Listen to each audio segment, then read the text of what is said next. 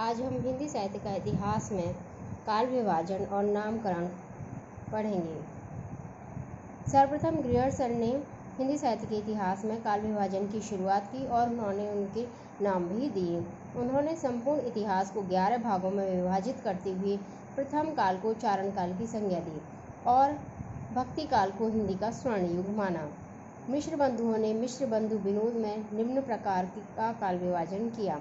सबसे पहले काल को उन्होंने आरंभिक काल की संज्ञा दी और इसके दो भाग करते हुए प्रथम को पूर्वारंभिक काल, जिसका समय 700 से 1343 विक्रमी, और दूसरे को उत्तरारंभिक काल, जिसकी समय सीमा 1344 से 1444 विक्रमी मानी। दूसरे काल को इन्होंने माध्यमिक काल की संज्ञा दी। इसके भी दो भाग किए। प्रथम को पूर्व माध्यमिक काल, जिसकी समय सीमा 1445 से 1560 विक्रमी, और दूसरे को प्रौढ़ माध्यमिक काल, जिसकी समय सीमा 1561 से 1680 विक्रमी। तीसरे काल को इन्होंने अलंकृत काल की संज्ञा दी। इसके दो भाग करते हुए पूर्वालंकृत काल प्रथम को 1681 से 1790 विक्रमी, जिसकी समय सीमा, और दूसरे को उत्तरालंकृत काल, जिसकी समय सीमा 1791 से 1889 विक्रमी। चौथे काल को इन्होंने परिवर्तन काल की संज्ञा दी, जो 1890 से 1925 विक्रमी माना गया। परिवर्तन काल से आशय है कि किस तरह से जो पद्य का हमारा जो अभी तक पद्य में सारा साहित्य लिखा जा रहा था और किस तरह से वो धीरे धीरे गद्य की ओर अग्रसर हुआ, जिसमें भारतीय स्वाधीनता आंदोलन है वो भी इसमें शामिल है। अंतिम काल को इन्होंने वर्तमान काल की संज्ञा दी, जो 1926 से अद्यावधि है।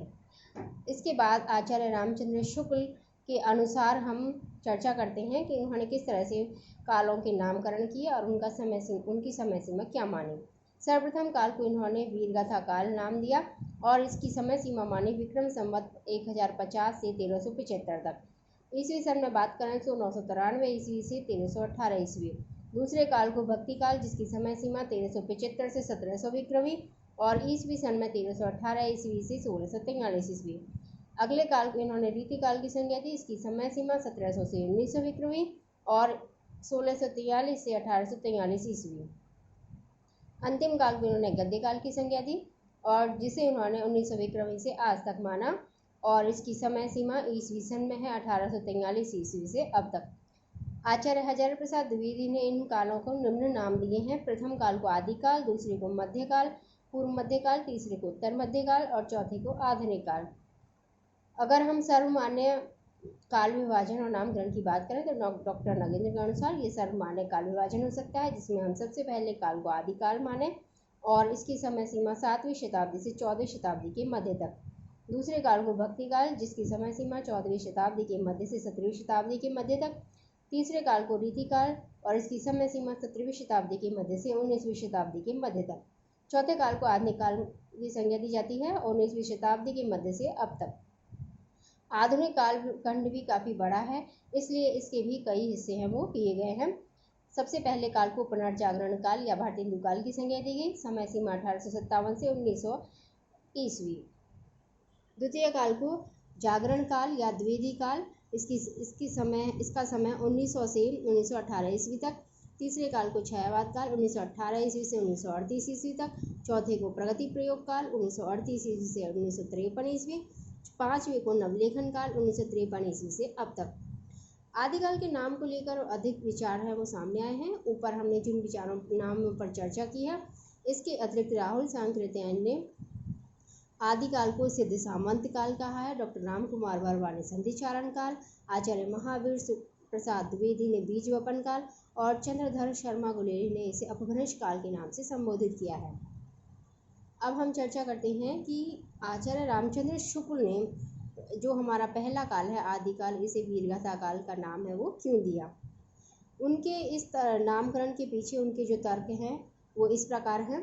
ये मानते हैं कि किसी कालखंड में विशेष ढंग की रचनाओं की प्रमुखता, यानी अगर किसी भी काल में बहुत सारी रचनाएं हैं, इनमें किस तरह की रचनाएं प्रमुख होती हैं, सबसे पहले इस चीज़ को ध्यान में रखा जाता है। और दूसरी बात है इस समय के ग्रंथों की प्रसिद्धि, कि जो ग्रंथ बहुतायत में हमें मिली हैं वो प्रसिद्ध हैं अथवा नहीं हैं, उनके हिसाब से ही उनका नामकरण है वो उस काल का किया जाना चाहिए।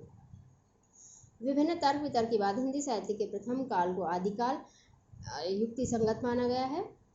हिंदी साहित्य की प्रथम कवि सरयापाद को और प्रथम रचना चंद्रवरदायीकृत पृथ्वीराज रासो है। अब हम आदिकालीन साहित्यिक भाषा पर चर्चा करेंगे। चूँकि ये अपभ्रंश से निकली हुई भाषा है, इसलिए इसमें अपभ्रंश साहित्य है वह भी हमें प्राप्त होगा। इसके अतिरिक्त हिंदी की जो 5 उपभाषा और विभाषाओं की चर्चा हम पीछे कराए हैं और 17 जो बोलियां हैं, इनमें भी जो साहित्य प्राप्त होगा वो सभी हिंदी साहित्य के अंतर्गत आएगा। और आदिकाल चूँकि प्रारंभिक काल है, इसलिए इसमें इस प्रकार की रचनाओं का, इन भाषाओं और बोलियों की रचनाओं का मिलना स्वाभाविक है। अब हम चर्चा करते हैं अपभ्रंश साहित्य पर।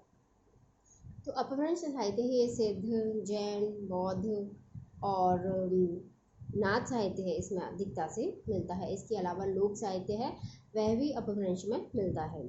तो सबसे पहले हम देखते हैं सिद्ध साहित्य को। सिद्ध साहित्य के सबसे प्रमुख कवि हैं वो सरहपाद माने जाते हैं और ये हिंदी के प्रथम कवि के नाम से भी प्रसिद्ध हैं। इनके दोहा कोश और चर्यापद प्रमुख हैं। शबरपा इनकी चर्यापद है, लुईपा और डोम्बीपा हैं। डोम्बीपा की जो रचनाएं हैं वो डोम्बी गीतिका और योगचर्या। इनके अतिरिक्त कढ़हपा और कुक्कुरीपा हैं, वह भी प्रमुख हैं। सिद्ध साहित्य की जो प्रमुख विशेषताएं हैं जो हमें आगे आने वाले साहित्य पर परिलक्षित होंगी या दृष्टिगोचर होंगी, उन पर भी बात कर लेते हैं।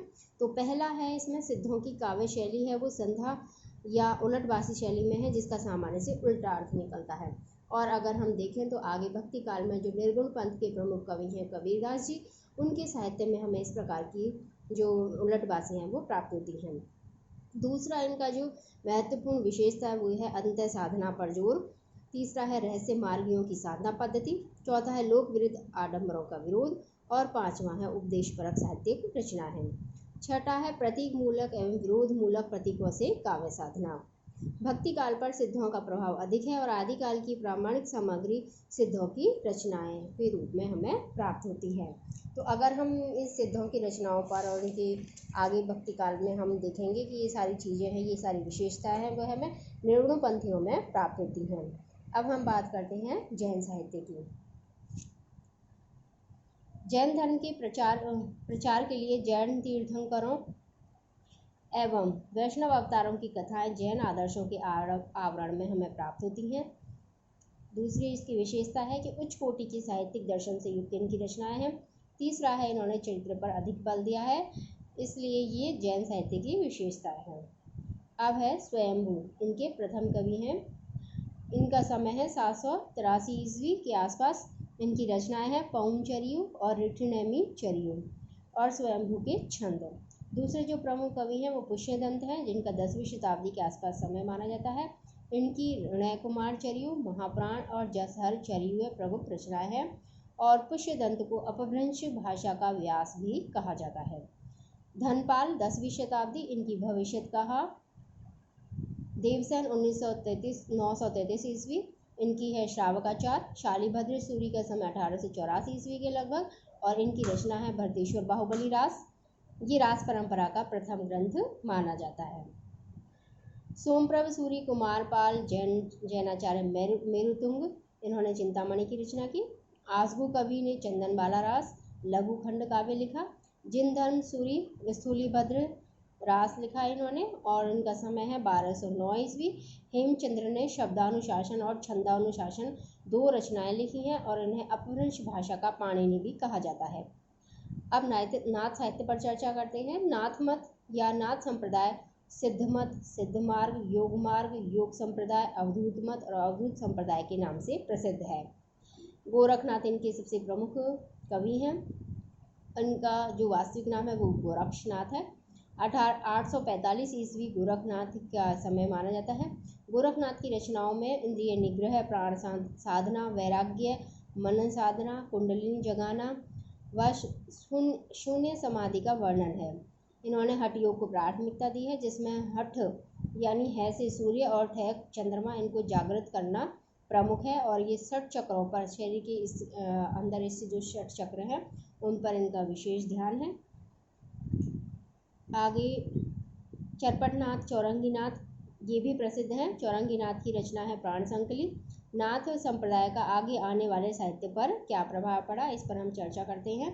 तो पहली बात है वो ये है कि बौद्ध धर्म का प्रचार कम करना, ईश्वर में आस्था का प्रसार और अंत्य साधना पर जोर देना। दूसरी बात है वो है कि भारतीय मनोवृत्ति के अनुकूल आचरण कर जनजीवन में स्थान बनाना। तीसरा है योग क्रियाओं के समावेश से जीवन को सदाचारी बनाना।